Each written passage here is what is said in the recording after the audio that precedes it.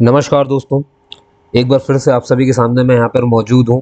एक प्यारी सी वैकेंसी जिसका नाम है ब्यूरो ऑफ इंडियन स्टैंडर्ड्स। आप सभी को पता है कंज्यूमर अफेयर्स डिपार्टमेंट में और मिनिस्ट्री में ये आता है। BIS इसे शॉर्ट में कहते हैं। आप जितने भी सोना चांदी देखते हैं उनमें जो हॉलमार्क का निशान होता है वो यही देते हैं। तो दोस्तों इसमें ना बम्पर वैकेंसी, बम्पर मतलब समझ जाइए 400 से ऊपर वैकेंसी है, 400 प्लस वैकेंसीज है। अब इसमें स्टेनोग्राफर से लेकर के बड़े बड़े पदी, बहुत बड़े बड़े पदवी तक बहुत सारी वैकेंसीज हैं, है ना। सेक्रेटरीट, अटेंडेंट, सब चीज़ों पर हम बात करेंगे। एक एक की एलिजिबिलिटी मैं ये भी बता दूं कि 800 रुपये की भी फीस इसमें लगेगी, 500 रुपये की भी फीस इसमें लगेगी, और किस किस के लिए कोई फीस नहीं लगेगी, वो सारी जानकारी मैं इसमें आपको देने वाला हूँ। कैसे अप्लाई करना है सब कुछ मैं आपको बताऊंगा। तो इससे पहले मैं ज़रा, क्योंकि कई लोग ऐसे ऐसे कमेंट करते हैं कि ये है वो है फेक है दुनियादारी, बहुत सारी चीज़ें आती हैं, तो मैं पहले आपको ना ऑफिशियल वेबसाइट दिखा देता हूँ। ठीक है, आप यहाँ पर जाइए। ठीक है, ये दिख रहा होगा आपको, ये ब्यूरो ऑफ इंडियन स्टैंडर्ड दिख रहा है ना। जूम कर दूँ बोलो तो ये देखो, ये देखो जहाँ पर मेरा कर्सर है ब्यूरो ऑफ इंडियन स्टैंडर्ड्स। ठीक है, ये लॉक दिख रहा है आपको यहाँ पे, ये लॉक जहाँ पर कर्सर जा रहा है, इसका मतलब ये है कि ये साइट सेफ है ना। तो सेफ सरकारी साइट्स होती हैं, है ना, जो थोड़ी सी बहुत मानी जानी होती है, तो ये वो हो गई। ठीक है, अब मैं जिस पेज पर जहाँ पर हूँ, अब उससे पहले आपको मैं इसका होम पेज दिखा दूँ। आप जैसे ही सर्च मारेंगे ना, ये जो लिखा हुआ है ना दोस्तों, ये यहाँ पर है ना, ये एक सेकंड, ये ठीक है, BIS.gov.in, इसको सर्च मारना। ठीक है, ये जो यहाँ पर हिस्सा, इसका हिस्सा है ना, यहाँ पर जैसे ही प्ले करोगे आप, ठीक है, यहाँ पर देखो वैकेंसी, ये एडवर्टीजमेंट दिख रहा है, एडवर्टीजमेंट फॉर वेरियस पोस्ट। आप जैसे इसको टच करोगे ना, आपका ये वाला पेज ओपन हो जाएगा, ये एडवर्टीजमेंट फॉर दिस वन। ठीक है ना, आपको ये ऐसा दिखेगा। और जैसे ही आप इसमें ऐसे टच करेंगे तो आपको ये दिखेगा। तो अब व्यू डिटेल्ड है। अब जैसे ही आपने इसको टच किया तो आपको ना ये वाला जो नोटिफिकेशन मैं पढ़ रहा हूँ PDF, ये मिल जाएगी। ठीक है, तो चिंता मत करिए, मैं आपको लिंक सारी प्रोवाइड कर रहा हूँ। और दूसरी बात, यहाँ देखिए ज़रा, एक चीज़ और बताता हूँ। और जैसे ही आप यहाँ पर जाएंगे click here to apply online, और इसको टच करेंगे तो आपके सामने एक विंडो ओपन हो जाएगा, और ये रहा वो जहाँ पर आपको दिख रहा होगा कि आपको अप्लाई करना है। ठीक है, सबसे पहले आपको यहाँ पर अपना न्यू रजिस्ट्रेशन कर लेना है। तो उसके लिए न्यू रजिस्ट्रेशन होगा आपका। ठीक है, ये जो पीला वाला दिख रहा है, click here for new registration, जैसे आप इस पर क्लिक करेंगे तो आपको दिख गया होगा कि आपको क्या क्या भरना है इसमें। ठीक है, यहाँ पर देख लें एक बार, first name, second name, middle name, दुनियादारी, जैसे IBPS का भरते थे, अपना मोबाइल नंबर सब कुछ कंफर्म करके, है ना, यहाँ पर ये कैप्चा डाल देना और बस सबमिट कर देना। ठीक है, ये यहाँ पर दिख रहा है आपको, सेव एंड नेक्स्ट इधर कोने पे आएगा, इसको बस क्लिक करना और सबमिट कर देना। ठीक है, इससे क्या होगा दोस्तों, इससे आपको ना एक रजिस्ट्रेशन ID और पासवर्ड मिल जाएगा, जिसके द्वारा आपको क्या करना है, ये तो आपने रजिस्ट्रेशन कर लिया, तो इससे आपको जो ID और पासवर्ड मिलेगी उसको लेकर के वापस से इस पेज पे आना है। ठीक है, मैं इसको हटा देता हूँ। ये देखो, आपने वो तो कर लिया, अब आपको वापस से अप्लाई ऑनलाइन पर जाना है। और अब आपको दिख रहा है, अब आपको न्यू रजिस्ट्रेशन पे नहीं जाना है, अब आपको यहाँ पर जो रजिस्ट्रेशन मिल गया है ना, जो मेल में आया होगा, ये करने के बाद आपको मेल पे रजिस्ट्रेशन नंबर और पासवर्ड आया होगा, वो यहाँ पे भरना, कोड भरना, सबमिट करना। आपके पास ऑनलाइन एप्लीकेशन फॉर्म सामने होगा और आपको उसे भरना होगा। डेट दोस्तों यहाँ पर देख लीजिए ज़रा कि कब से कब तक की है। 19 अप्रैल यानी आज की डेट है। और मैंने आपसे कहा है कि जिस दिन एग्ज़ाम आता है, जिस दिन नोटिफिकेशन आता है, डिस्कशन विद मनोज में मैं उसी दिन वीडियो को अपलोड कर देता हूँ, ताकि हर बच्चा देख ले, सुन ले, समझ ले टाइम से। तो 19 अप्रैल फर्स्ट डेट है, जहाँ से अप्लाई करना आप शुरू कर सकते हो आज से, और 9 मई तक आप इसमें भर सकते हो।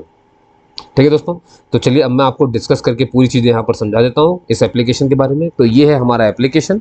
ठीक, अब देखिए पूरी तरीके से ये फॉर्म जो है ये ऑनलाइन है। ठीक है, और इसमें देखिए, इसमें ना एक एक ऐसी पोस्ट है जो कि डेपुटेशन पे है ना। बाकी सब डायरेक्ट रिक्रूटमेंट है, यानी कि परमानेंट है, और एक है डेपुटेशन पे।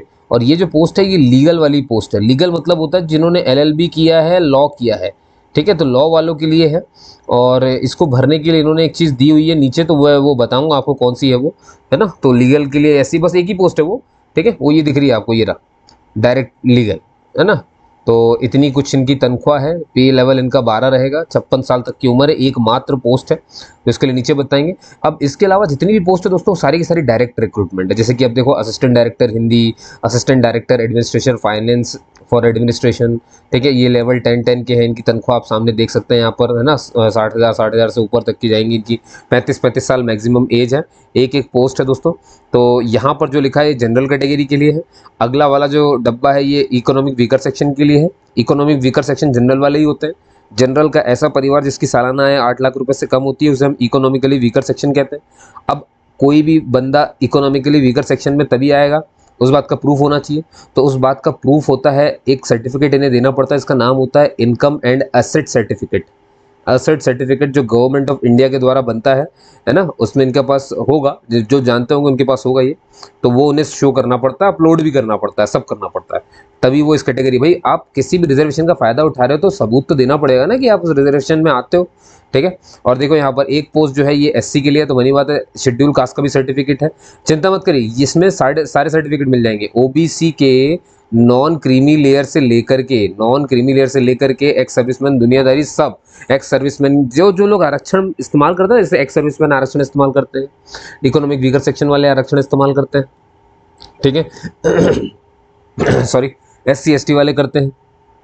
और यहीं पर आप देखोगे पीडब्ल्यूडी, पर्सन विद डिसेबिलिटी का मामला ये होता है कि 40% मिनिमम जब डिसेबिलिटी होगी तभी अपंगता की ये सीटें मिल सकती हैं, और ये एक्स सर्विसमैन की है, ठीक है। तो ये जितने भी रिजर्वेशन वाले होते हैं ना जनरल को छोड़ करके, तो इन सबको सर्टिफिकेट देना पड़ता है, ये आप समझ गए। और एक चीज़ मैं और बता दूं, आप ये मत सोचो सर क्या मैं एक से ज़्यादा पोस्ट के लिए अप्लाई कर सकता हूँ, ऐसा नहीं हो सकता है। ये लोग क्या करने वाले हैं दोस्तों, मैं आपको समझा दूं कि हर एक पोस्ट का अलग अलग एग्जाम होगा, और अलग अलग एग्जाम एक ही दिन में होगा। तो अब आप मुझे सोचो, सपोज करो आपने इसका भी भर दिया और आपने ये भी भर दिया, आपको लगता है मैं ये भी दे सकता हूँ, मैं ये भी दे सकता हूँ, फॉर्म तो आप भर दोगे, उसमें मना नहीं करेंगे ये लोग आपको, लेकिन ये दोनों एग्जाम एक ही टाइम पे होंगे, एक ही दिन होंगे, तो कैसे दे पाओगे। इसीलिए मल्टीपल फॉर्म नहीं भरना, पहले बता देता हूँ, ठीक है।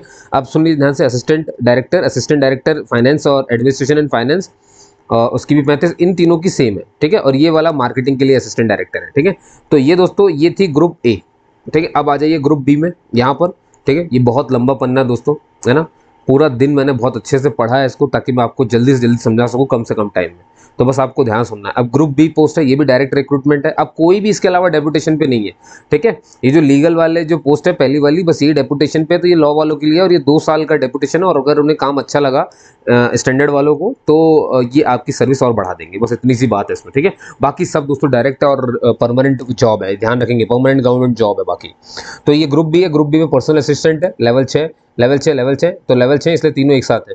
और पर्सनल असिस्टेंट हो गया, असिस्टेंट सेक्शन ऑफिसर हो गया, असिस्टेंट कंप्यूटर एडेड डिज़ाइन, यानी जैसे कैड वगैरह आती है ना, ठीक है वो, तो इसमें कैड में मैकेनिकल सिविल सब अप्लाई कर सकते हैं, ठीक है। आप मैक्सिमम एज देख लीजिए 30 साल के अंडर में होनी चाहिए, तब आप इसके लिए अप्लाई कर सकते हो। पोस्ट देख सकते हो आप, जनरल की इतनी है ना, यहाँ पर जनरल की इतनी है, असिस्टेंट सेक्शन ऑफिसर में, और असिस्टेंट कंप्यूटर एडेड में 2 ही है, और ये जो यहाँ पर पोस्ट दिख रही है आपको, नहीं ये टोटल है, सॉरी दोस्तों, है ना, ये टोटल है, ठीक है, ये टोटल है। अब यहाँ से कैटेगरी शुरू होती है, जनरल, ईडब्ल्यूएस, एससी, एसटी, ठीक है, ओबीसी, और ये फिजिकली हैंडीकैप पर्सन, ठीक है। और यहाँ पर मैं थोड़ा सा और इधर कर दूँ तो ये एक्स सर्विसमैन के लिए हो जाएगी, ठीक है। तो एक्स सर्विसमैन की कोई पोस्ट नहीं है, आप देख सकते हैं यहाँ पर, ना ऊपर ही थी कहीं पर भी। यहाँ पर फिजिकली हैंडीकैप कौन कौन अप्लाई कर सकता है वो ध्यान सुनो, 2 पोस्ट हैं फिजिकली हैंडीकैप में, एक विजुअली इंपेयर्ड जिनको दिखाई कम देता है उसके लिए है, रिजर्व्ड है, एक हियरिंग इंपेयर्ड यानी जिसको सुनाई कम देता है उसके लिए है ना। तो ये कहाँ है ये 2 पोस्ट, ये 2 पोस्ट है पर्सनल असिस्टेंट में, ठीक है। 30 साल मैक्सिमम एज है, इससे ऊपर नहीं होनी चाहिए। बाकी आपको जो छूट मिलती है वो तो मिलेगी। यहाँ पर जो मैक्सिमम एज लिखी होती है दोस्तों, ये जनरल के हिसाब से लिखी रहती है, ठीक है। आपको एससी एसटी वालों को जो एज, जैसे एससी एसटी को मिला करके 5 साल की छूट मिलती है, ओबीसी को 3 साल की छूट मिलती है, ठीक है। और एक्स सर्विसमैन को भी 5 साल की मिलती है, पीडब्ल्यूबीडी को भी जो है 10 साल के आसपास की मिल जाती है ना। अब पर्सन विद डिसेबिलिटी में भी देखना पड़ता है ना, कि अगर बंदा जनरल का है तो या एससी एसटी का है या फिर ओबीसी का है, ऐसा देखना पड़ता है। तो अगर आप जनरल के हैं तो 10 साल की छूट मिलेगी, अगर कोई अपंग व्यक्ति जनरल से है तो 10 साल की छूट है, एससी एसटी से है तो 15 साल की है, ओबीसी से है तो 13 साल की है, समझ गए। तो उसमें भी कैटेगरी होती है, तो वो अलग अलग मिलता है उनको। ओबीसी को 3 साल की छूट मिलती है, एससी एसटी को, नॉर्मल एससी एसटी को 5 साल की, और ईडब्ल्यूएस को भी 3 या 4 साल की कुछ मिलती है, मैं भी बताऊंगा उसको बाकी, ठीक है। इतना आप समझ गए होंगे। अब दोस्तों ये थी हमारी पोस्ट बी, तो यहाँ पर मैंने आपसे पोस्ट के बारे में बात की। अब थोड़ा सा ऊपर चलेंगे और यहाँ पर पोस्ट सी की बात करेंगे। लेवल 4 पर आता 25,000 और 19,000 तक की तनख्वाह है, तो 27 मैक्सिमम एज है, और ये जनरल के हिसाब से आप समझ गए, बाकियों की छूट है। तो ये टोटल 22 पोस्ट, सबसे ज़्यादा पोस्ट ये रही दोस्तों, ये है सीनियर सेक्रेटरीट असिस्टेंट, इसी की सबसे ज़्यादा पोस्ट है, आप देख सकते हो। 42 जनरल के लिए, 10 जो है इकोनॉमिक वीकर सेक्शन के लिए, 15 एससी के लिए, 6 एसटी के लिए, 27 ओबीसी के लिए, और 4 अपंग व्यक्तियों के लिए, और 10 है एक्स सर्विसमैन के लिए, 10 एक्स सर्विसमैन के लिए, ठीक है। और एक चीज़ और बता दूं मैं आपको कि एससी एसटी को कोई फीस नहीं देनी है, पहले बता देता हूं मैं। एससी एसटी ओबीसी, है ना, पर्सन विद डिसेबिलिटी और महिलाओं मैं तुम्हें बार बार रिक्वेस्ट कर रहा हूँ, तुम तो फॉर्म बिल्कुल भरो, इनको कोई फीस नहीं देनी है, नो फीस, इनको हटा दिया गया है फीस से, ठीक है। बाकी फीस के बारे में अभी मैं डिटेल में बताऊंगा नीचे, तो इतना देख करके कमेंट मत करने लगना कि सर फीस कितनी है। मैं पूरा वीडियो एक्सप्लेन कर रहा हूँ, वो तो बीच बीच में बताने लगता हूँ भैया, क्योंकि चीज़ें मेरे आ जाती है दिमाग में, तो मैं आपको पहले ही बता देता हूँ कुछ चीज़ें, ठीक है। हॉर्टिकल्चर सुपरवाइजर की अब ये देख लीजिए, लेवल 2 है, 27 साल की उम्र, एक ही पोस्ट है और एक ही जनरल के लिए है, ठीक है। और एक चीज़ मैं बता दूं आपको कि जहाँ पर आप SC ST OBC की जो पोस्ट नहीं होती ना, जैसे नहीं है, अब आप सोचो कि सर मैं भरना तो हॉर्टिकल्चर के चाहता हूँ, लेकिन मैं आता SC ST OBC और इन सब में हूँ, और यहाँ पर तो किसी भी रिजर्वेशन में कोई सीट नहीं है, सिर्फ अनरिजर्व में एक सीट बची है, तो क्या हम भर सकते हैं? आप भर सकते हैं, ठीक है सर। लेकिन क्या हमें फिर एज रिलैक्सेशन मिलेगा? नहीं दोस्तों, ना आपको एज रिलैक्सेशन मिलेगा, ना ही आपको मार्क्स में कोई रिलैक्सेशन मिलेगा, तब आपको पूरे जनरल कैटेगरी की तरह ट्रीट किया जाएगा। हाँ, लेकिन उस हालात में भी आपको फीस नहीं देनी पड़ेगी, ठीक है। आपको फीस तो तब भी नहीं देनी पड़ेगी, ठीक है, याद रखें। लेकिन आपको सर्टिफिकेट तब भी दिखाना पड़ेगा जब आपको इंटरव्यू के लिए बुलाया जाएगा। रिटर्न में तो नहीं देखता कोई भी, लेकिन अगर इंटरव्यू के लिए बुलाया जाएगा तो आपको सर्टिफिकेट तो अपने तैयार रखने ही रखने, ठीक है। अब वो चाहे स्टेट के हो चाहे सेंट्रल के हो, वो आपको तैयार रखना है। लेकिन देखिए दोस्तों, मैं पहले बता दूं आपको क्या है कि आप जब ये सेंट्रल लेवल पे जॉब भरते हैं ना, तो यहाँ पर ना आप अपने सर्टिफिकेट तैयार रखिए। गवर्नमेंट ऑफ इंडिया के द्वारा बना हुआ सर्टिफिकेट ज़्यादा मान्य होता है, ठीक है। और ये वाला कहीं पर भी मान्य होता है, स्टेट वाला तो स्टेट में मान्य होगा ही, लेकिन बाहर मान्य होने में दिक्कत हो जाती है। लेकिन सेंट्रल गवर्नमेंट वाला हर जगह मान्य होता है, इसलिए आप ये वाला बनवा के रखिए अपने पास, ठीक है। क्योंकि जब पड़ी रही जरूरत तो बनवाइए उसको, ठीक है। तो मैंने आपको पोस्ट बता दी कितनी कितनी है, देखिए सबसे ज़्यादा 100 जो है असिस्टेंट सीनियर सेक्रेटरीट असिस्टेंट की है। और दोस्तों अब बचता है ग्रुप बी पोस्ट में, ये भी डायरेक्ट रिक्रूटमेंट है, ये लेबोरेटरी टेक्निकल पोस्ट है, जो भी आप नीचे देखोगे यहाँ पर लेवल 6 पे 35,000 से इतना, 30 साल की उम्र मैक्सिमम, और 47 टोटल पोस्ट है, जिसमें से 21 जनरल के लिए है, ये जो 3 है इकोनॉमिक वीकर सेक्शन के लिए है, 10 SC के लिए है, 5 है ST के लिए, और OBC के लिए जो है वो 8 है, और एक फिजिकली हैंडीकैप के लिए है, मतलब पर्सन विद डिसेबिलिटी में, और एक्स सर्विसमैन के लिए इसमें कुछ भी नहीं है, ठीक है। ये है लेबोरेटरी का टेक्निकल असिस्टेंट, ठीक है। और इसमें कौन कौन है डिसिप्लिन वाइज देख लीजिए। मैकेनिकल की तो भाई 47 पोस्ट है ना, टोटल 47 इस तरह से बटी हुई है, जिसमें से जो है 19 जो है वो मैकेनिकल के लिए है, और 18 जो है केमिकल के लिए है, और माइक्रोबायोलॉजी जो है के जो है वो 10 है, ठीक है। अब इसमें फर्दर बढ़ जाएंगे 19 सीटें, फिर हर कैटेगरी में बढ़ जाएंगी, ये देखिए यहाँ पर आपको दिख रहा होगा। और यहीं से आप देखिए ये 18 सीटें केमिकल की बढ़ गई है, माइक्रोबायोलॉजी की हर डिपार्टमेंट बढ़ गई, ठीक है। General economic weaker section SC ST OBC, चलो अब आप समझ गए होगे मेरी बात, ठीक है। तो सबके लिए यहाँ पर बहुत कुछ है। अब एक आता है दोस्तों ग्रुप सी में, ये भी डायरेक्ट रिक्रूटमेंट है, 25,000 से 81,000 तक की आपकी तनख्वाह रहेगी, 27 साल मैक्सिमम उम्र है, 25 सीटें टोटल हैं। अब 25 सीटें इस तरह से बढ़ गई हैं, कारपेंटर की 6 पोस्ट है, वेल्डर की 2 पोस्ट है, प्लम्बर की 3 पोस्ट है, फिटर की 3 पोस्ट है, टर्नर की 5 पोस्ट है, इलेक्ट्रीशियन की 6 पोस्ट है, ठीक है। और फिर बाकी कैटेगरी वाइज बढ़ता जाएगा। मैंने आपको बता दिया कि जहाँ पर कोई पोस्ट नहीं है, ठीक है, जनरल वाले तो देखो कहीं किसी आरक्षण में नहीं भर सकते, लेकिन आरक्षण वाले सभी के सभी जनरल से जरूर फाइट कर सकते हैं, लेकिन तब उनको बस मैंने क्या बताया, एज में छूट नहीं मिलती और ना ही मार्क्स में मिलती है, लेकिन फीस से छूट मिली रहती है, ठीक है। इंटरव्यू के टाइम पे आपको अपना कास्ट सर्टिफिकेट दिखाना ही पड़ता है, ये आपको ध्यान रखना है, ठीक है। और ये मैंने बता दिया आपको कि पर्सन विद डिसेबिलिटी जो होते हैं उनको पर्सन विद डिसेबिलिटी तभी मानेंगे जब उनकी अपंगता 40% मिनिमम होगी, इससे ऊपर कितनी भी हो जाए। इन्हें भी सर्टिफिकेट दिखाना पड़ता है कि ये कौन से वाले विजुअली क्या कहते हैं हैंडीकैप है, विजुअली इम्पेयर्ड है, हियरिंग इम्पेयर्ड है, ठीक है, लोकोमोटर डिसेबिलिटी है, चलने फिरने में दिक्कत आती है, ठीक है, या फिर मेंटल इलनेस है ना, intellectual disability, mental illness, multiple disease जो भी है, इन सब के अलग अलग सर्टिफिकेट बनते हैं, तो वो सर्टिफिकेट आपको शो करने पड़ते हैं, ठीक है। अब यहाँ पर डेट देख लीजिए जरा, 19 अप्रैल से ये एग्जाम का जो डेट है वो शुरू हो चुका है, मैंने आपको दिखा दिया, 9 मई तक आप इसे भर सकते हैं, ठीक है दोस्तों। चलिए लास्ट डेट की हमने यहाँ पर बात कर ली है, अब अपन आगे चलते हैं। अब यहाँ पर दोस्तों बात करते हैं एजुकेशनल क्वालिफिकेशन की, कि कितना एजुकेशन क्वालिफिकेशन है। तो अगर किसी को बनना है असिस्टेंट डायरेक्टर हिंदी में, तो उसके पास मास्टर की डिग्री होनी चाहिए हिंदी में, और एक सब्जेक्ट उसका इंग्लिश रहा हो, ठीक है दोस्तों। असिस्टेंट जब आप डायरेक्टर की बात करते हैं तो यहाँ पर एक्सपीरियंस चाहिए होता है, देखिए बाकी सब में ऐसा नहीं कि सब में चाहिए, ठीक है। यहाँ पे अभी सुनेंगे 5 साल का एक्सपीरियंस चाहिए इसमें मिनिमम, और आपने कहीं ना कहीं ऐसा काम किया हो, भले ही आप कहीं पर भी काम, आप सेंट्रल गवर्नमेंट में हो, है ना, या फिर आप स्टेट गवर्नमेंट में, पब्लिक सेक्टर, ऑटोनोमस कोई बॉडी रही हो, रेपुटेड गवर्नमेंट एजेंसी, इन सब में कहीं ना कहीं आपने काम किया हो, है ना, उस क्षेत्र में। किसमें? Experience of terminological work in Hindi and और ट्रांसलेशन वर्क हो गया फ्रॉम इंग्लिश टू हिंदी और वाइस वर्सा, है ना, मतलब कहीं ना कहीं ट्रांसलेशन का काम ऐसा कुछ किया हो तब आप ये कर सकते हो। चलिए अगले के लिए देख लेते हैं, असिस्टेंट डायरेक्टर एडमिनिस्ट्रेशन ऑफिसर। इसके लिए भी 3 साल का जो है एक्सपीरियंस चाहिए आपको, है ना। किस में चाहिए भैया, जो आपकी रेलेवेंट फील्ड है। अब ये कौन सी है, एडमिनिस्ट्रेशन एंड फाइनेंस।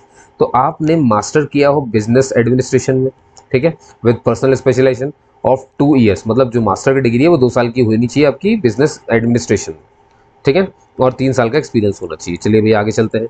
अब मार्केटिंग एंड कंज्यूमर अफेयर्स में असिस्टेंट डायरेक्टर की पोस्ट है, तो इसमें भी मास्टर ऑफ बिजनेस एडमिनिस्ट्रेशन होना चाहिए। नहीं है तो मास्टर डिग्री आपकी होनी चाहिए मास कम्युनिकेशन में, तब भी चल जाएगा। सोशल वर्क में आपने मास्टर डिग्री ली हो या पोस्ट ग्रेजुएट डिप्लोमा किया हो। देखिए इसमें पोस्ट ग्रेजुएट डिप्लोमा चल जाएगा, ठीक है, पोस्ट ग्रेजुएट डिप्लोमा वो भी चल जाएगा, और आपका मास्टर डिग्री भी चल जाएगा। तो मास्टर डिग्री से अगर आपने मास कम्युनिकेशन किया तो भी अप्लाई कर सकते हैं, और अगर आपने पीजीडी किया है मास्टर डिग्री तो भी अप्लाई कर सकते हैं। अगर आपने मास्टर डिग्री करी है सोशल वर्क में तो भी अप्लाई कर सकते हैं, और अगर आपने पीजीडी की है सोशल वर्क से तो भी अप्लाई कर सकते हैं। लेकिन 5 साल का एक्सपीरियंस आपको दिखाना पड़ेगा इसी फील्ड में, कहीं पर भी काम किया हो, बस 5 साल काम किया होना चाहिए।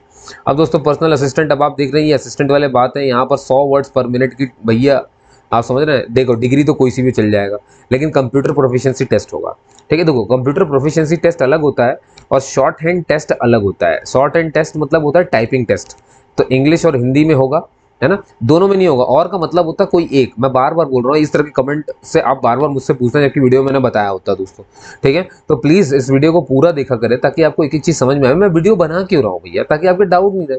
जो चीज मैंने बताई है आप वही मुझसे पूछेंगे तो मेरे वीडियो बनाने का मतलब क्या है ना। तो वीडियो आप पूरा देख लीजिए, वहाँ पे मैं सब बताता हूँ आपको, ठीक है।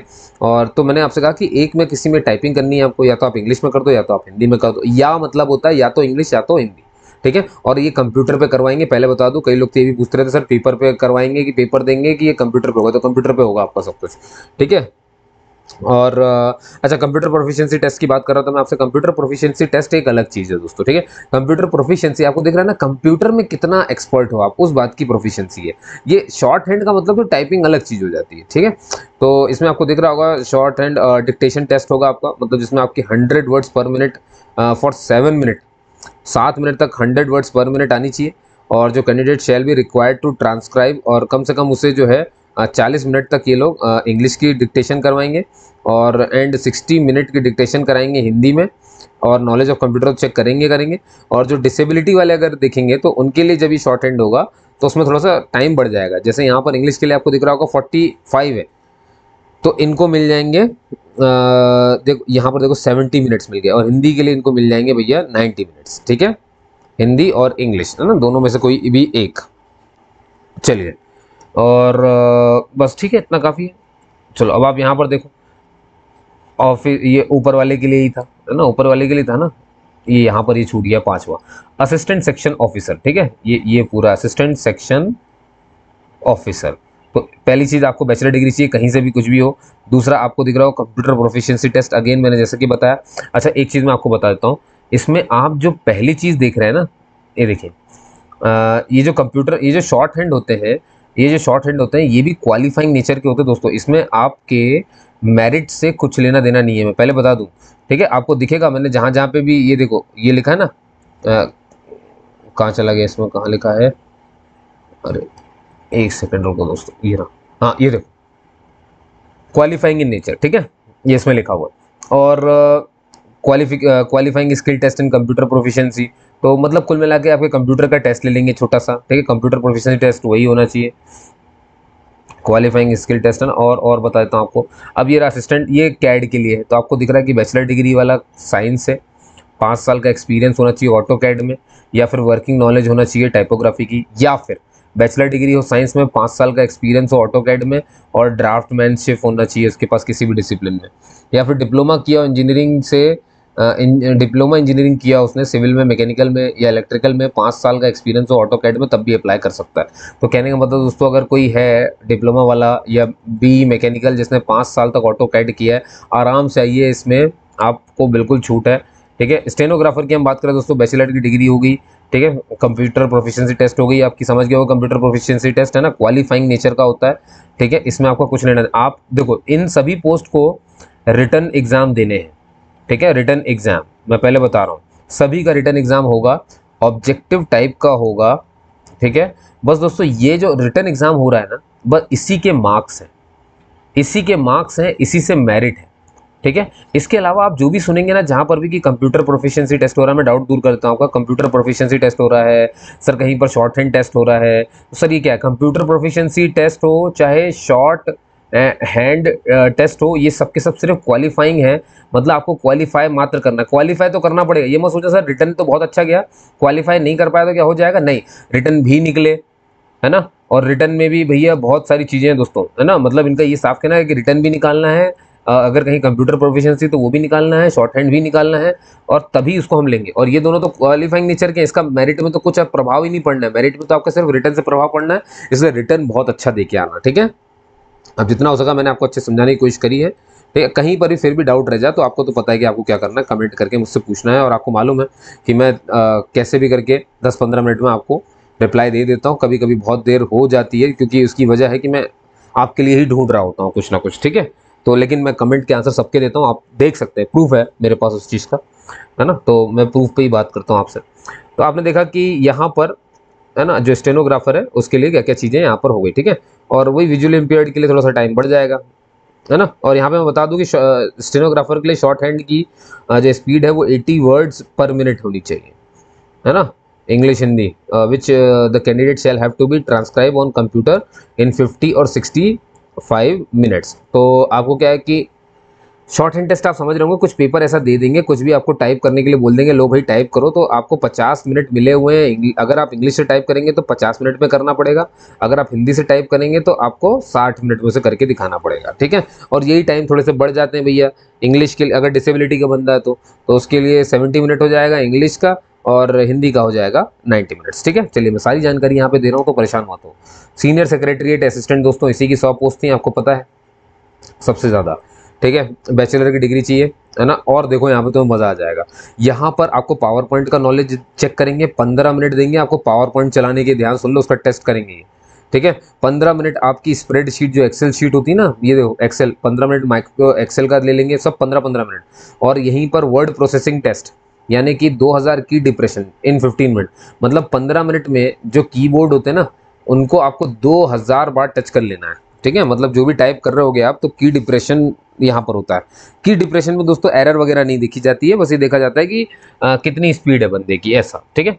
और है ना। और ये देखिए दोस्तों, यहाँ पर सबसे इंपॉर्टेंट जो मैंने आपसे कहा था, इसकी वैकेंसी कम निकली है, लेकिन ये सिर्फ 10th लेवल पर है, बात खत्म, सिर्फ 10th लेवल पर, ठीक है। और टेक्निकल लैब असिस्टेंट की मैं बात करूँ दोस्तों, इसको कौन कौन भर सकता है देख लो यहाँ ध्यान से, मैकेनिकल इंजीनियर भर सकते हैं, ठीक है। और मतलब और डिप्लोमा वाले भी भर सकते हैं मैकेनिकल से, है ना। 60% के साथ उनका डिप्लोमा होना चाहिए, ध्यान रखना। और SC/ST वालों के लिए 50% के साथ होना चाहिए, ठीक है। 60% जनरल के लिए और SC/ST के लिए इतना है। अब देखो, मैकेनिकल वाला भी भर सकता था, केमिकल डिसिप्लिन से किसी ने बैचलर डिग्री करी है तो वो भी भर सकता है, लेकिन अगेन जनरल वाले को 60% लाना होगा, और SC/ST वालों को 50% लाना होगा। माइक्रो बायोलॉजी वाले भी भर सकते हैं, तो उनको भी 60% लाना होगा, अगर जनरल से है अपनी बैचलर डिग्री में 60% होना चाहिए उनकी, या फिर SC/ST से है तो 50% होना चाहिए, ठीक है। तो ये था। सीनियर टेक्नीशियन की बात करें दोस्तों तो 10वीं चाहिए, और कहीं ना कहीं आपने इंडस्ट्रियल ट्रेनिंग इंस्टीट्यूट से सर्टिफिकेट आपने हासिल किया हो किसी भी ट्रेड में, जैसे कि electrician, fitter, carpenter, plumber, turner, welder, ठीक है। और अगर कोई वेल्डर से है तो welder should be also having passed the welders qualifying test. अगर आप वेल्डर हो तो भैया आपको ये भी पास करके रखना होना चाहिए, क्या, वेल्डर्स क्वालिफाइंग टेस्ट, ये भी आपने पास किया हो, ठीक है। और 2 साल का प्रैक्टिकल एक्सपीरियंस होना चाहिए रिस्पेक्टिव ट्रेड में आपके पास। तो देखो मैं साफ साफ बता रहा हूँ, 10वीं होना चाहिए, इंडस्ट्रियल सर्टिफिकेट होना चाहिए जिस ट्रेड में हो उससे, और अगर वेल्डर हो तो एक और चीज़ दिखानी पड़ेगी, वेल्डर्स क्वालिफाइंग टेस्ट। और इसके अलावा 2 साल का एक्सपीरियंस चाहिए अपनी ही फील्ड में, इलेक्ट्रीशियन थे तो 2 साल का एक्सपीरियंस दिखाओ, है ना। और सर्टिफिकेट उसका होना चाहिए कहीं से भी हो वो। और अब देखो ऊपर के ये 2 पोस्ट आपने, ये 3 आपने देखे, असिस्टेंट डायरेक्टर, डायरेक्टर, ये सब के सब, इनमें दोस्तों ऑनलाइन एग्जाम होगा, इंटरव्यू होगा, इनका ऑनलाइन एग्जाम होगा, इंटरव्यू होगा, ऑनलाइन होगा एग्जाम और इंटरव्यू होगा, इनके लिए सिर्फ इतना ही है, ठीक है। तो ऑनलाइन इंटरव्यू। अब नीचे के जो पर्सनल असिस्टेंट से शुरू होते हैं, तो पर्सनल असिस्टेंट में अभी आपको मैंने दिखाया, इनका ऑनलाइन एग्जाम तो होगा ही होगा, स्किल टेस्ट भी होगा। स्किल टेस्ट में दोस्तों कंप्यूटर प्रोफिशिएंसी टेस्ट है और शॉर्ट हैंड टेस्ट है। शॉर्ट हैंड टेस्ट मैंने आपको बता दिया है कि ये क्या करेंगे, देखो एक तो आपको 100 वर्ड्स पर मिनट की स्पीड दिखानी है 7 मिनट में। इसके अलावा क्या करना है ना, इसके अलावा रहेगा आपका कि आपको इंग्लिश टाइप करनी है। शॉर्ट हैंड मतलब क्या होता है, एक पेपर दे दिया, टाइप कर रहे हो आप बैठ के, तो इंग्लिश आप टाइप करोगे 45 मिनट में, मतलब जो भी वो देंगे वो आपको टाइप करके दिखा देना है, और हिंदी वालों को 60 मिनट में उस चीज़ को टाइप करके दिखा देना है। ठीक है, डिसेबिलिटी वालों के लिए फिर मिनट्स बढ़ जाता है, जो मैंने ऊपर ऑलरेडी बता दिए। और मैं बता दूं दोस्तों, स्किल टेस्ट सिर्फ और सिर्फ क्वालिफाइंग नेचर का है। ठीक है, इसके कोई मार्क्स आपको नहीं मिलेंगे, ना ही इससे मेरिट में आपके फर्क पड़ेगा। मेरिट में आपको फर्क और सिर्फ पड़ेगा ऑनलाइन एग्जाम से, ये आप समझ गए होंगे। ठीक है, ये और अब देखो यहाँ पर ना, the test shall be qualifying in nature, देखो साफ लिखा हुआ है ना, जो टेस्ट लिया जा रहा है स्किल टेस्ट, ये सिर्फ क्वालिफाइंग इन नेचर का है। ठीक है, अब आप यहाँ पर जाइए, असिस्टेंट सेक्शन ऑफिसर के मैंने कहा था ऑनलाइन एग्जाम और स्किल टेस्ट, जो कि सिर्फ और सिर्फ कैसा है, क्वालिफाइंग इन नेचर है। देखो क्वालिफाइंग इन नेचर देख लो। कंप्यूटर प्रोफेशनल टेस्ट है, ये भी क्वालिफाइंग इन नेचर है। ठीक है, कहीं पर टाइपिंग स्पीड टेस्ट है, तो जो टाइपिंग स्पीड टेस्ट है वो भी क्वालिफाइंग इन नेचर है। ठीक है, अब इसमें कितना है, टाइपिंग स्पीड कैसे दिखानी है, 35 वर्ड्स पर मिनट इंग्लिश के लिए, 30 वर्ड्स पर मिनट हिंदी के लिए, कोई भी एक ही दिखानी है, याद रखना है इस बात को। ठीक है, और लिखा हुआ रहता है क्योंकि, है ना, तो इस बात का आपको ध्यान रखना है, और तो कोई बड़ी बात है नहीं, तो याद रखेंगे किसके लिए क्या बताया मैंने। असिस्टेंट कंप्यूटर एडेड डिज़ाइन के लिए ऑनलाइन एग्जाम होगा, और प्रैक्टिकल स्किल टेस्ट होगा आपका कैड का, ड्राफ्टमैनशिप का। ठीक है, और ये भी क्वालिफाइंग नेचर का, मतलब प्रैक्टिकल स्किल भी क्वालिफाइंग, यानी अगेन सिर्फ ऑनलाइन एग्जाम से ही मेरिट बनेगी। ठीक है, स्टेनोग्राफर के लिए आप देखोगे तो स्किल टेस्ट कहीं भी पढ़ लो, qualifying in nature. Skill test में दो चीज़ें आती हैं, कंप्यूटर प्रोफिशिएंसी टेस्ट और शॉर्ट हैंड टेस्ट, और दोनों के दोनों जो होते हैं क्वालिफाइंग इन नेचर ही है, मतलब सिर्फ क्वालिफाई करो और आगे बढ़ जाओ। तो कंप्यूटर प्रोफिशिएंसी मतलब कंप्यूटर चला के दिखाने वाली बात कि क्या क्या आता है, सारा कुछ। शॉर्ट हैंड टेस्ट में आपको मालूम है at the speed of 80 words पर मिनट, तो शॉर्ट हैंड में आपको 80 वर्ड्स पर मिनट की स्पीड दिखानी पड़ेगी। ठीक है, और 50 मिनट मिलेंगे आपको इंग्लिश का कुछ टाइप करने के लिए, और 60 मिनट मिलेंगे आपको हिंदी का कुछ टाइप करने के लिए। आप समझ गए होंगे इस बात को।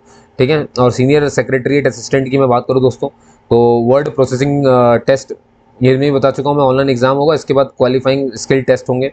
कंप्यूटर प्रोफिशिएंसी कंसिस्टिंग ऑफ, याद है ना, पावर पॉइंट का टेस्ट ले लेंगे 15 मिनट, माइक एक्सेल शीट का 15 मिनट ले लेंगे। वर्ड प्रोसेसिंग MS वर्ड जो होता है, तो उसमें 2000 की डिप्रेशन 15 मिनट में आप टाइप कर लो, यानी 2000 शब्द टाइप कर लो, ये देखना उनका है। हॉर्टिकल्चर जिसके लिए सिर्फ 10वीं चाहिए, उसका ऑनलाइन एग्जाम है, प्रैक्टिकल एग्जाम है, और प्रैक्टिकल एग्जाम में इसमें गार्डनिंग है, टेस्ट शैल भी क्वालिफाइंग, और सिर्फ क्वालिफाई करना, ऑनलाइन एग्जाम ही इंपॉर्टेंट है। टेक्निकल लैब असिस्टेंट में भी प्रैक्टिकल और स्किल टेस्ट होगा और ऑनलाइन एग्जाम होगा। सीनियर टेक्नीशियन में भी ऑनलाइन एग्जाम है, प्रैक्टिकल। तो आप समझ गए इसका क्या मतलब है। चलिए भैया, बहुत बढ़िया। अब यहाँ पर देख लो भैया, स्ट्रक्चर ऑफ द एग्जाम क्या है। तो अभी मैं आपको जो दिखाने वाला हूँ स्ट्रक्चर एग्जाम, वो सिर्फ assistant director Hindi, administration finance, assistant director marketing, इन 3 जो डायरेक्टर की पोस्ट थी ना, जितनी भी डायरेक्टर वाली, उनके लिए ये टेस्ट है भैया, उनके लिए ऐसे टेस्ट होगा। ठीक है, ये डायरेक्टरों के लिए है, तो आप परेशान मत हो अगर आपका नहीं है तो, बस बता रहा हूँ जल्दी जल्दी से। तो आपको दिख रहे होंगे कि यहाँ पर 4 सेक्शन है।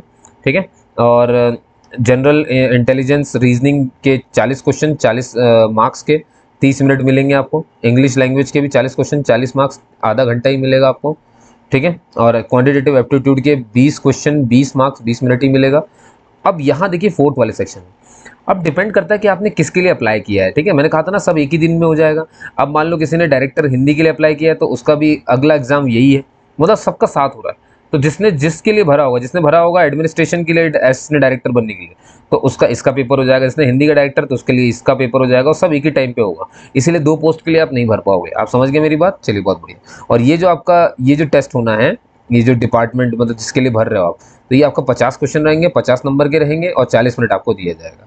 क्वेश्चन पेपर दोनों लैंग्वेज में होगा। हाँ, लेकिन जो इंग्लिश का पेपर है वो दोनों लैंग्वेज में नहीं होगा, क्योंकि इंग्लिश का पेपर तो इंग्लिश में ही रहेगा ना भैया।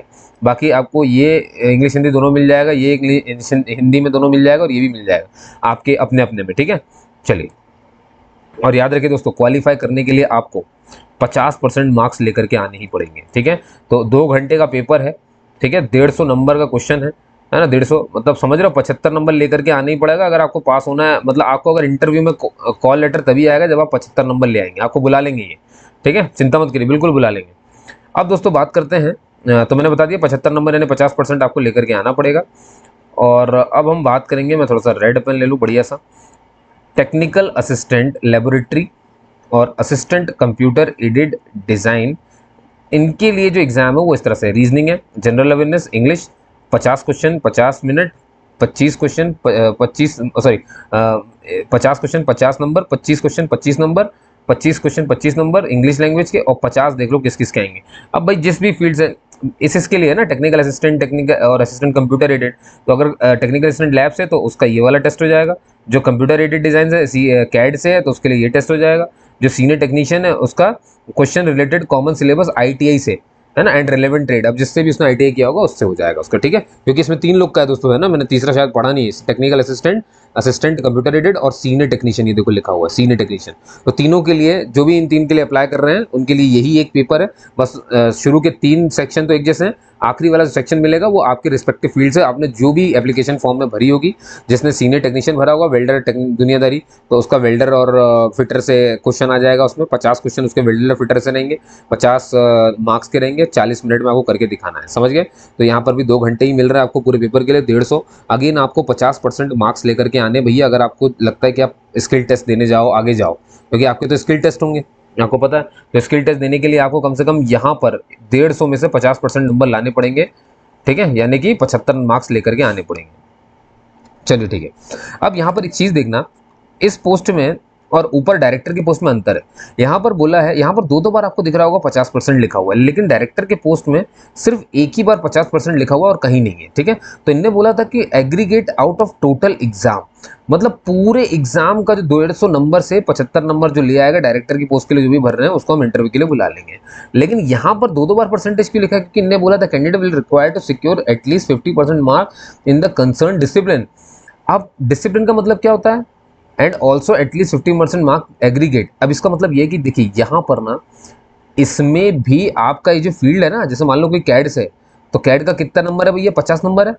मतलब ये कह रहे हैं कि इसमें भी आपको 50 में से 25 लाना पड़ेगा, ठीक है। तो मतलब अपनी फील्ड में भी जो टोटल है ना, फील्ड अलग से देखो, ये देखो इसको अलग से देखो, ये 50 में से आपको आधे नंबर तो लेके आने पड़ेंगे 25, ऐसे ही कैड वाले को 25 लाना पड़ेगा, टेक्नीशियन को भी 25 लाना पड़ेगा अपनी फील्ड में, और लैब असिस्टेंट को भी 25 नंबर लाना पड़ेंगे। मतलब 50% तो अपनी फील्ड का ये जो पेपर होगा आपको उसमें भी लाना है, और पूरा टोटल जो नंबर है 150, तो 75 भी लाना है। बात समझ में आ गई मेरी बात, है ना, ये अब आपके समझ में आ गई होगी जो मैंने आपसे कही बात, ठीक है। नहीं समझ में आई है तो मैं फिर से बोल देता हूँ, परेशान मत हो। इनका सिर्फ इतना सा कहने का मतलब है दोस्तों कि आपको अपने डिसिप्लिन में भी अलग से 50% उसके नंबर के 50% यानी 25 नंबर, मतलब समझ जाओ कि इसमें आपको 25 नंबर तो लाने हैं, ठीक है। 25 नंबर नहीं है, और आप सोचो भले अगर इसमें 25 नंबर नहीं है, आपके इन सबको मिला करके 75 आ गए, ठीक है। मेरी बात सुनना, देखो 75 तो कैसे आएंगे, इन सबको मिला के आएंगे, मैं थोड़ा सा गलत बोला यहाँ पे, 75 तो इन सबको मिला करके आएंगे। लेकिन मान लो आपके इसमें आ गए 24, ठीक है, एक नंबर नहीं आया, ठीक है, और आपके लेकिन सबको मिला करके हो तो रहे 75, तो 75 मतलब 150 का तो आधा हो गया, 50% तो हो गया। तो क्या सिलेक्ट हो पाएगा ऐसा बंदा जिसके ट्रेड में तो 24 है और पूरा ओवरऑल तो 75 है? तो उसने ओवरऑल की कैटेगरी तो पार कर ली, क्योंकि उसने बोला था ओवरऑल में 75% तो चाहिए, मतलब 50% चाहिए, तो 150 का 50% 75 होता है, तो वो ले आया आप। तो अब आपको तो इन होने जाना चाहिए। लेकिन इनने साथ में एक चीज़ और बोली कि 50% साथ में उसके डिसिप्लिन में भी होने चाहिए। लेकिन यहाँ तो हमें दिख रहा है कि 50 में से 24 ही लाया बंदा, 50% तो नहीं ला पाया। तो अब क्या होगा, अब आपको सिलेक्ट नहीं किया जाएगा। आप समझ गए मेरी बात? इसका मतलब ये कि यहाँ तो 25 होने ही चाहिए, है ना, और पूरा ओवरऑल मिलाकर के 75 भी होना चाहिए। अब आप समझ गए होंगे, ठीक है। चलिए भैया, तो दोनों में 50% लेकर के आने, तो उसका तैयारी रखना प्यारे बंदो, ठीक है। अब देखिए दोस्तों, ये वाली जो पोस्ट है, अब ज़्यादा नहीं लंबा खींचेंगे, बस आप सुनते आइए। Assistant section officer, personal assistant, stenographer, senior secretariat assistant और हॉर्टिकल्चर सुपरवाइजर, यही थे वो जो बचे हुए थे नीचे के। इनके बड़े सिंपल से हैं भैया। इनका एक पेपर जनरल रीजनिंग का होगा, जनरल अवेयरनेस, क्वांटिटेटिव एप्टीट्यूड और इंग्लिश लैंग्वेज, ठीक है। तो रीजनिंग के 50 क्वेश्चन है 50 नंबर के, जनरल अवेयरनेस करंट अफेयर के 25 क्वेश्चन 25 नंबर के, क्वांटिटेटिव एप्टीट्यूड के 25 क्वेश्चन 25 नंबर के, 50 इसके 150, ठीक है। और इनने क्या बोला है, इनने बोला है बस वही टोटल 150 में से आपके 75 आ गए अगर, तो आप आगे चले जाओगे, ठीक है। और अगर 74 आए तो आप आगे नहीं जा पाओगे, ये आपको ध्यान रखना है, ठीक। चलिए ठीक है। और ये देखिए एज लिमिट मैंने आपको बता दी थी, SC/ST को 5 साल की, OBC को 3 साल की, और PWD डिपेंड करता है कि अगर जनरल और EWS का 10 साल की छूट मिलेगी, अगर PW यानी पर्सन विद डिसेबिलिटी OBC का है तो 13 साल की, SC/ST का है तो 15 साल की। एक्स सर्विसमैन भैया, अब यहाँ पर ध्यान दीजिए, group A and B post ex serviceman commissioned officers including, तो एक्स सर्विसमैन अगर यहाँ के हैं तो 5 साल की छूट है। ग्रुप C से एक्स सर्विसमैन है जनरल और EWS, तो उनको 3 साल की है। और ग्रुप C से अगर एक्स सर्विसमैन OBC से है तो 6 साल की है। और अगर ग्रुप C से ये हैं तो ये 8 साल की, ठीक है। तो इससे फ़र्क पड़ गया होगा, आप समझ गए होंगे। चलिए भैया, अब देखिए दोस्तों, कुछ ऐसे होते हैं डिफेंस पर्सनल डिसेबल्ड इन ऑपरेशनल ड्यूरिंग हॉस्टाइल, मतलब जो आर्मी नेवी वाले होते हैं वो किसी दूसरे देश में जाकर के घायल हो गए हों तो उन्हें 3 साल की छूट मिलती है, और उनकी मैक्सिमम एज यानी 45 साल की मैक्सिमम उम्र तक वो उसे अप्लाई कर सकते हैं, ठीक है। और अगर ऐसा बंदा जो बाहर जाके घायल हुआ और आर्मी नेवी में था लेकिन वो SC/ST का था, तो उसको 50 साल तक के लिए मिलता है और 8 साल की छूट मिल जाती है, ठीक है। और जो विधवाएं होती हैं, है ना, अनरिजर्व्ड और EWS वाले, उनके लिए भी 35 साल तक की है। और अगर विधवाएं जो SC/ST से हैं तो ये 40 साल की है। और जो BIS एम्प्लॉयज़ हैं जो पहले से इस कंपनी में काम कर रहे हैं ब्यूरो ऑफ इंडियन स्टैंडर्ड में, उनके लिए अप टू 50 ईयर्स, और इनके लिए कोई फीस भी नहीं है, मैं पहले बता दूं आपको, ठीक है। आपके लिए कोई भी फीस नहीं है, और ना ही आपको नो ऑब्जेक्शन सर्टिफिकेट दिखाना है। किसको? जो यहीं काम कर रहे हैं BIS में, उनको नहीं दिखाना, उनको तो परमिशन की जरूरत नहीं है, साफ साफ लिखा हुआ है, वो तो चुपचाप भरें और पेपर दे दें। लेकिन जो दूसरे गवर्नमेंट ऑफिस में काम कर रहे हैं उन्हें NOC दिखाना पड़ेगा। NOC का मतलब नो ऑब्जेक्शन सर्टिफिकेट। बाकी जो यहीं काम कर रहे हैं इसी डिपार्टमेंट में यहीं पर, तो उन्हें कुछ भी पूछने की जरूरत नहीं है, वो फॉर्म भर दें बस, ठीक है। चलिए भाई आगे चलते हैं यहाँ पर। अब जो जो इंपॉर्टेंट है वो हम पढ़ देते हैं यहाँ पर, ठीक है। देखिए, दिख रहा है आपको, मैंने सब हाईलाइट कर दी जो इंपॉर्टेंट है। Up to a maximum of 3 years, है ना, in case of defence disabled in operation. तो मतलब ये तो छूट की बात है कि 3 साल की मैक्सिमम छूट मिल जाएगी जो भी आर्मी नेवी वाला बंदा घायल हुआ है, और 5 साल की छूट मिल जाएगी एक्स सर्विसमैन को, लेकिन एक शर्त पे कि उसने 5 साल तक मिलिट्री में सेवा की हो, ठीक है, ऑन कंप्लीशन ऑफ असाइनमेंट और on account of physical disability, ठीक है। तो ये तभी हो सकता है जब उस आर्मी वाले ने असाइनमेंट पूरा कर लिया हो और अपनी या तो फिर उसको कोई फिजिकल डिसेबिलिटी हो गई हो। तो इस तरह के एक्स सर्विसमैन को 5 साल की सर्विस के साथ असाइनमेंट कंप्लीट या फिर कोई दिक्कत आ गई है तो हम उसे 5 साल की छूट दे देते हैं, ये इसमें कहा जा रहा है, ठीक है। तो ये छूट वाला मामला है। फॉर द पोस्ट स्टेनोग्राफर, अब देखो, stenographer, secretariat, senior technician and horticulture supervisor, ex serviceman not less than 6 months continuous service. ऐसा एक्स सर्विसमैन जिसने लगातार 6 महीने तक काम किया हो आर्म्ड फोर्सेज में, यानी कि नेवी, इन सब में, ठीक है। तो वो भी क्या कहना चाहिए, शेल अप्लाई, वो अप्लाई कर सकते हैं, है ना। चलिए, बाकी तो इसमें कुछ खास नहीं है दोस्तों। ठीक है, ठीक है ना। बाकी चीज़ें मैं यहाँ पे बता रहा हूँ, देखो वहाँ कुछ पॉइंट इंपॉर्टेंट नहीं है, अब यहाँ देखेंगे ध्यान से। इंपॉर्टेंट ये रहा, candidate seeking age relaxation will be required to submit copies. अब जिनको भी एज रिलैक्सेशन चाहिए भाई, अगर आप फ़ायदा उठा रहे तो आपको भाई मालूम है ना, सबमिट करना पड़ेगा कॉपीज, नेसेसरी सर्टिफिकेट्स। कब? इंटरव्यू के टाइम पे, स्किल टेस्ट के टाइम पे, या शॉर्ट हैंड के टाइम पे, प्रैक्टिकल टेस्ट के टाइम पे, at any subsequent stage recruitment process as may be required by BIS। तो कभी भी करना पड़ सकता है। और नोट 5 यही है भैया कि अगर आप SC/ST OBC नॉन क्रीमी, जो मैंने आपको कहा है, OBC दो तरह के होते हैं, क्रीमी लेयर होती है, नॉन क्रीमी लेयर होती है। OBC का ऐसा परिवार जिसकी सालाना आय 8 लाख रुपए से कम होती है, सालाना आय 8 लाख रुपए से कम होती है, उसे नॉन क्रीमी लेयर कहते हैं। और OBC जहाँ लिखा होता है वहाँ आरक्षण सिर्फ और सिर्फ नॉन क्रीमी लेयर का ही होता है, कभी भी वहाँ पे क्रीमी लेयर का नहीं होता है, ठीक है। तो इन सबको भैया जो है ये सब के सब अप्लाई कर सकते हैं अनरिजर्व वैकेंसी से, है ना। फॉर द पोस्ट जहाँ पर इनके लिए वैकेंसी ना हो लेकिन जनरल में खाली हो तो वहाँ भर सकते हैं अंडर जनरल स्टैंडर्ड मेरिट। तो उनको जनरल की मेरिट लिस्ट में से गिना जाएगा, लेकिन no relaxation in upper age limit, है ना, कोई भी रिलैक्सेशन नहीं मिलेगा। सेंटर की बात दोस्तों, अब आप देख सकते हैं ये सेंटर है कहाँ कहाँ, वो तो खैर जब आप फॉर्म भरेंगे ना तो आपको खुद ही मिल जाएगा सारा सेंटर, है ना, कहाँ कहाँ आप भर सकते हो, ठीक है।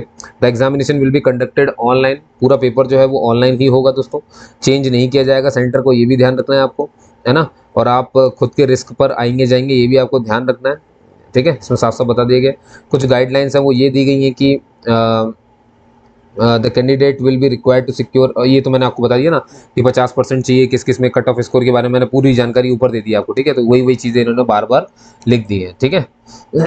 और देखिए याद रखिए, जो ऑब्जेक्टिव टेस्ट होगा उसमें रॉन्ग आंसर है और 1/4 कटेगा, यानी 0.25 नंबर कट जाएंगे आपके, ध्यान रखना, इसलिए रॉन्ग आंसर टिक नहीं करना है, ठीक है। और जो कट ऑफ है अप्लाइड इन 2 स्टेजेस, आपका स्कोर क्या है इंडिविजुअल टेस्ट में और टोटल टेस्ट में, मतलब ये सिर्फ ऑनलाइन एग्जाम पर ही निर्भर करता है, ठीक है। स्किल टेस्ट तो आपको मालूम है क्वालिफाइंग नेचर का, तो उससे मतलब नहीं है।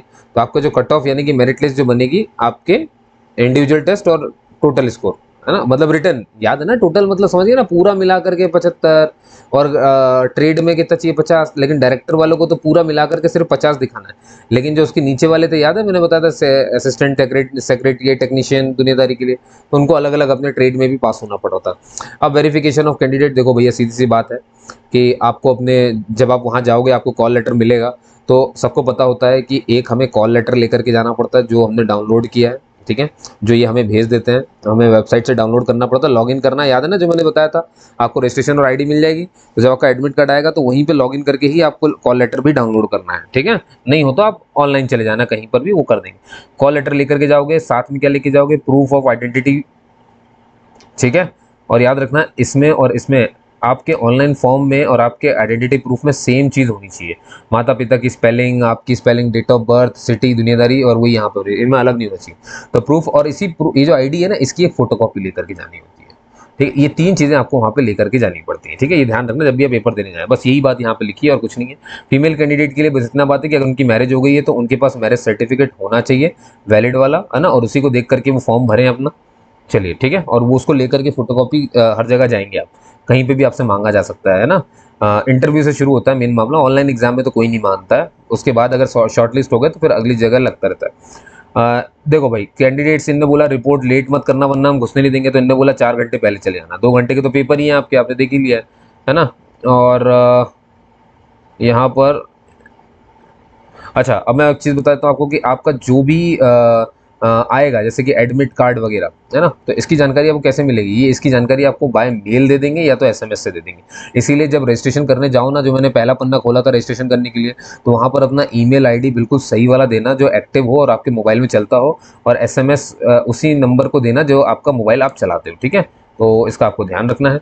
और बाकी इनने बताया यहाँ पर कि कुछ भी चीज़ें कैलकुलेटर वगैरह, पेजर वगैरह, मोबाइल फ़ोन कुछ भी लेकर के नहीं आओगे आप, सब बैन है, बस यही सब चीज़ें बताई, नहीं तो एक्शन ले लेंगे, हो गया और कुछ नहीं है। स्क्राइब दोस्तों क्या होता है, जैसे जो फिजिकली हैंडीकैप लोग होते हैं वो खुद तो लिख नहीं पाते हैं, आपको मालूम है, तो उन्हें स्क्राइब की ज़रूरत पड़ती है, ठीक है, स्क्राइब उनके बिहाफ में आंसर करता है, तो वो उसे ला सकते हैं और वो खुद ही लाएंगे, ये साफ बोला, ये लोग आपको नहीं देंगे, है ना, यहाँ पर ये लोग नहीं दे रहे हैं, यहाँ पर आपको खुद ही लेकर के आना है। और स्क्राइब के लिए साफ साफ एक 2-3 चीज़ें होती हैं, आपसे एक तो कम पढ़ा लिखा होना चाहिए, ठीक है, और स्क्राइब वो नहीं होगा जो जिसका एग्जाम उसी दिन हो, है ना, ये नहीं करना कि दूसरे कैंडिडेट जिसका एग्जाम उसी दिन है तुमने उसी को स्क्राइब बना लिया है, ठीक है, ऐसा स्क्राइब नहीं होता है, स्क्राइब अपने हिसाब से आंसर भी नहीं करते दिखना चाहिए, ठीक है, और वो कम पढ़ा लिखा होना चाहिए आपसे, ये भी ध्यान रखें आप, मतलब उसने अप्लाई ना किया उसके लिए, और ये एक्शन ले लेंगे आपके अगेंस्ट में, है ना, कॉल लेटर वगैरह मैंने आपको बता दिया, ठीक है। अब देखिए डॉक्यूमेंट्स जब आप अपलोड करेंगे तो फोटो वगैरह देखो क्या क्या अपलोड करना, फोटो, सिग्नेचर, उल्टे हाथ का अंगूठा, और हैंड रिटन नोट्स, है ना, हैंड रिटन नोट्स क्या है, डिक्लेरेशन ये रहा, ठीक है, आय अपना नाम लिख देना, जैसे मेरा नाम मनोज शुक्ला मैंने लिख दिया,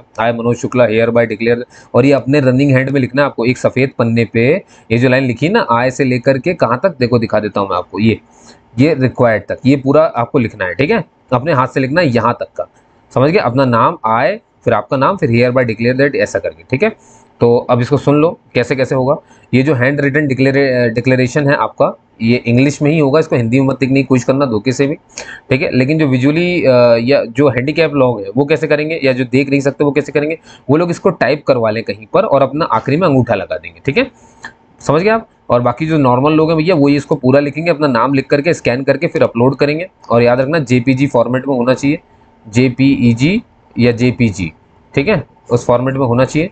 और अब देखो ये तो हो गया भैया हैंड डिक्लेरेशन, लेफ्ट थंब मालूम है ना, उल्टा हाथ है, और ये काहे में करना, व्हाइट पेपर पर थंब अंगूठा लगाना, चाहे ब्लैक से चाहे ब्लू इंक से, सिग्नेचर ब्लैक इंक से करना, फोटोग्राफ आपकी इस साइज़ में रहेगी 4.5, ये पासपोर्ट साइज़ ही होती है, ठीक है। और याद रखिए कभी भी साइन को कैपिटल लेटर में नहीं करते हैं, और ये जो डिक्लेरेशन है ना इसको भी कैपिटल लेटर मत लिख देना, इसको अपने रनिंग हैंड में लिखना है, जैसे कि ऐसे पूरा आय, है ना, मनोज शुक्ला, कॉमा लगा के हेयर बाय, आप देख रहे हो मैं कर्सिव में लिख रहा हूँ, ऐसे ही आपको भी लिखना है ना, तो अपनी ओरिजिनल राइटिंग में लिखना और कुछ नहीं।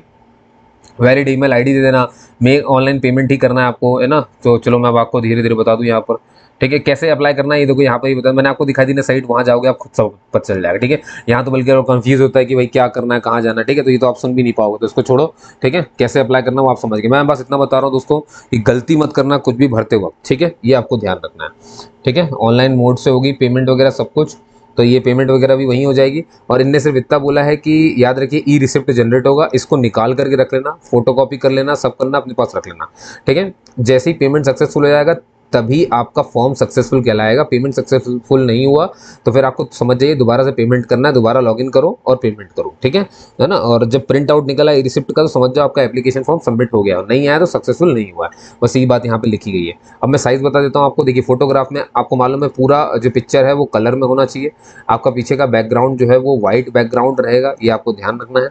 सामने देखिए कभी कोई शेडो ना पड़ रही हो, लाल आंखें ना दिख रही हो, कोई रिफ्लेक्शन ना आ रहा हो आपकी आंखों से, ठीक है। चश्मा, गॉगल, हैट और कैप कुछ मत पहनना, डार्क ग्लास मत पहनना बिना इसके। और कितने केबी में होना चाहिए? 20 से 50 केबी के बीच में होना चाहिए, इससे ऊपर नहीं जाना चाहिए, ठीक है। अब वहीं पर आप बात करोगे किसकी? सिग्नेचर और लेफ्ट हैंड थंब और हैंड रिटन। तो अभी यहाँ पर ध्यान से देखो, सिग्नेचर के लिए 10 से 20 केबी के बीच में होगा, और जो आपका अंगूठे का निशान है वो 20 से 50 केबी के बीच में होगा। तो स्कैन करके अच्छे से डाल देना और सब ब्लू इंक में कर देना, ठीक है। Ensure that the scanned image is not more than 20 KB. अच्छा, ठीक है। अब ये देखो यहाँ पर the applicant has to put his left thumb impression. उल्टे हाथ का तो सब ब्लैक या ब्लू इंक से दिखाना है उसको, मैंने बता दिया ना आपको। थंब इम्प्रेशन आपका 20 से 50 के बी, सिग्नेचर आपका 20 के बी, इसको मत देखो, ये पता नहीं कुछ भी लिख दिया है, 20 से 50 के बी है ना। और थंब इम्प्रेशन आपका किस कलर में होगा? ब्लू या ब्लैक में कर देना, बात खत्म हो जाएगी, ठीक है। और यहाँ पर आइए, डिक्लेरेशन इन इंग्लिश। भाई जो डिक्लेरेशन है वो सिर्फ इंग्लिश में रहेगा, व्हाइट पेपर पे रहेगा, ब्लैक इंक से लिख देना, जेपीजी फॉर्मेट, और ये 50 से 100 केबी के बीच में होना चाहिए, ठीक है। तो इसका स्कैन करके वहाँ पर डाल देना। सिग्नेचर वगैरह ना, हैंड डिक्लेरेशन साफ साफ देखो लिखा हुआ है, कैपिटल लेटर में आपको नहीं लिखना है, ठीक है। चलिए, ये भी हो गया भैया। अब देखो यहाँ पे लिखा है, your online application will not be registered unless you upload your photograph, signature, left thumb impression, handwritten declaration as specified, plus यहाँ पे लिखो पेमेंट, है ना। ये इतने आसान थोड़ी ना है कि आपको छोड़ देंगे बिना पेमेंट के, ठीक है। बाकी सारी चीज़ें यहाँ पर प्रोसीजर अपलोडिंग है, वही वही चीज़ें बार बार लिख दी हैं। यहाँ पर आइए, पेमेंट ऑफ फीस, ये देखो दिख रहा है आपको। असिस्टेंट डायरेक्टर हिंदी का हो, चाहे एडमिनिस्ट्रेशन फाइनेंस का हो, चाहे असिस्टेंट डायरेक्टर मार्केटिंग का हो, डायरेक्टर के लिए जो फीस है वो 800 रुपये है, बाकी सब के लिए 500 रुपये है, ठीक है। और देखो किस किस को फीस नहीं देनी है, ना एससी को, ना एसटी को, ना अपंग व्यक्तियों को, ना वुमेन को यानी दिव्यांगजनों को कोई फीस नहीं देनी, ना महिलाओं को देनी है, और ना ही जो बीआईएस में काम कर रहे हैं पहले से, ब्यूरो ऑफ इंडियन स्टैंडर्ड में कोई भी एम्प्लॉय, उसे कोई फीस नहीं देनी है। और किसको फीस नहीं देनी है भैया? है ना, ऐसा बंदा जो डायरेक्टर लीगल बनना चाहता हो, लीगल के लिए जो यार ना डेपुटेशन बेस पे 2 साल की जो है, जो उसके लिए कर रहा है उसको भी नहीं देनी। The payment of the application fee is to be made through, सिर्फ ऑनलाइन भर सकते हो। अब देखो यहाँ पर एक्स सर्विसमैन को भी जो है फीस नहीं देना है, लेकिन कब?